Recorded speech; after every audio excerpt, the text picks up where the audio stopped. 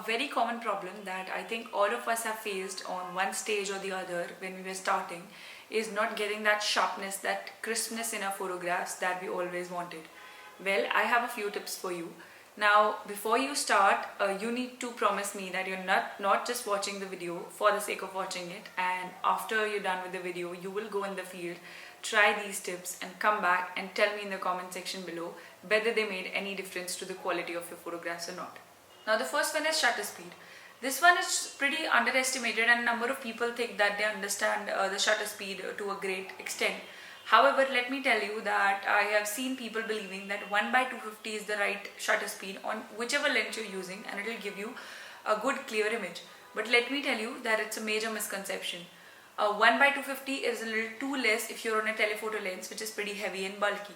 Now you need that room over shutter speed in order to make up for that bulk and heavy lens, which will lead to a lot of camera shake. For that, I would recommend going for a shutter speed of anywhere about 1 by focal length into 2.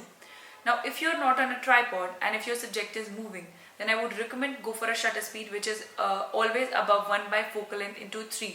This will kind of help you eradicate that camera shake, of course will eradicate that motion blur to a great extent, and you will get relatively sharper and cleaner photos. Now the second one is the AF area mode. A number of us believe that going for a group AF area mode will help you have more subjects in focus. Well, let me tell you that that's a major misconception. Your camera can focus only on one plane at a time. Going for a group focus will not help you get all those birds in focus. Rather, it will confuse the camera where you need to focus on, and your image quality will not be that good. Now, I would recommend going for an AF area mode which is smallest in terms of size and you can maintain it on your subject. For example, if it's an animal which is not moving a lot, for example, in this image, this is a still subject. Now, keep your autofocusing point to single AF and try to place it on the eye of the animal. Now, if the animal is moving or the bird is moving, then of course it is a task to maintain that single AF point on the eye. For that, I would recommend going for a group focus. Another problem is if you're going for a group focus or a dynamic AF area mode, and if any of the AF point falls on maybe the wings or maybe the limbs of the animal, then of course the focus will be messed up and your eye will not be that sharp. For this, I would recommend stop down your aperture. For example, if you're shooting on a 400 2.8, I would recommend try to shoot it on a 400 4.5 or 5.6. Especially if your subject is bigger and it's close to your camera. Now in this situation, you need a deeper depth of field, for which you need to stop down the aperture, as I told you. Now the third thing is the extenders. Now extenders are a risky business, especially if you're using a zoom lens.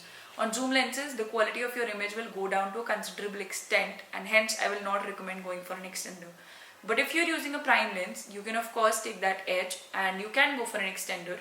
With an extender, your aperture will of course be automatically stopped down. For example, if you're using a 2.8 lens, your aperture will automatically be f4 if you're on a 1.4 extender.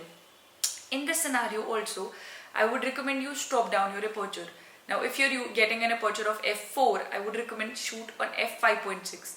This will definitely give you better result, better image quality and relatively sharper images as you were getting on your other settings. Now the last one is switching on your image stabilization or VR, depending on whichever brand you're using. Now we underestimate this a lot, and a number of times I've seen people shooting handheld with big telephoto lenses without switching on their image stabilization. I would recommend research a little on that, switch on your image stabilization and always try to keep it on the right mode. Thank you so much for watching. These were a few tips that I've learned from my experience and I wanted to share with you guys.